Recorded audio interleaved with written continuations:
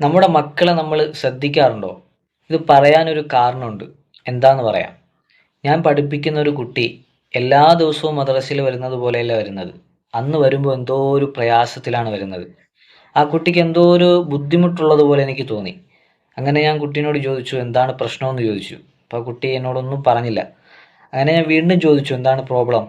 അപ്പോൾ എന്നോട് പറയാനുള്ള ഒരു ബുദ്ധിമുട്ട് കാരണം ആ കുട്ടി ഒരു കടലാസിൽ എനിക്ക് എഴുതി തന്നു. ഉസ്താദെ, സ്കൂളിലെ ടീച്ചർ ഒരു വിഷയത്തെക്കുറിച്ച് എന്നോട് നാളെ ചോദ്യം ചോദിക്കുമെന്ന് പറഞ്ഞു. ആ വിഷയം നല്ലതുപോലെ പഠിച്ചുകൊണ്ട് വരാൻ എന്നോട് പറഞ്ഞു. എനിക്ക് ആ വിഷയം ഒന്നും മനസ്സിലായിട്ടില്ല. അങ്ങനെ എൻ്റെ ഇത്താനോട് ഞാൻ വീട്ടിൽ പോയി ചോദിച്ചു, ഇത്ത എനിക്ക് ആ ഒരു വിഷയം ഒന്ന് പറഞ്ഞു തരുമോ എന്ന് ഞാൻ ചോദിച്ചു. ഇത്താൻ്റെ അടുത്ത് ചെന്നപ്പോൾ ഇത്ത പറയുകയാണ്, എനിക്ക് തന്നെ ഒരുപാട് വിഷയങ്ങൾ പഠിക്കാനുണ്ട്, എൻ്റെ കാര്യങ്ങൾ തന്നെ ഞാൻ പഠിച്ചിട്ടില്ല, പിന്നെയാണ് ഇനി നിനക്ക് പറഞ്ഞുതരാൻ, നീ ഒന്ന് പോയിക്കേ. അങ്ങനെ ഈ കുട്ടി നേരെ ഉമ്മാൻ്റെ അടുത്ത് ചെന്നു. ഉമ്മാൻ്റെ അടുത്ത് ചെന്നപ്പോൾ ഉമ്മ പറഞ്ഞു, നീ പഠിച്ചു കഴിഞ്ഞെങ്കിൽ എന്നെ അടുക്കളയിൽ ഒന്നൊന്ന് സഹായിക്ക്.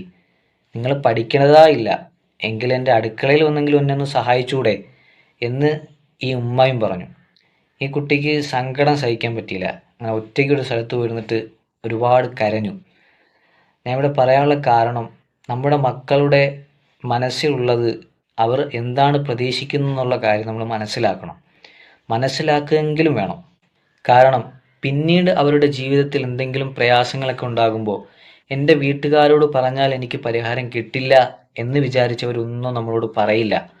പിന്നീട് അത് വേറെ എന്തെങ്കിലുമൊക്കെ പ്രശ്നത്തിലേക്ക് അവർ ചെന്നെത്തിപ്പെടുകയാണ് ചെയ്യുന്നത്. അപ്പം നമ്മുടെ മക്കളെ നമ്മൾ മനസ്സിലാക്കാൻ ശ്രമിക്കുക. അവരെന്താണ് പ്രതീക്ഷിക്കുന്നത് എന്ന് നമ്മൾ മനസ്സിലാക്കുക.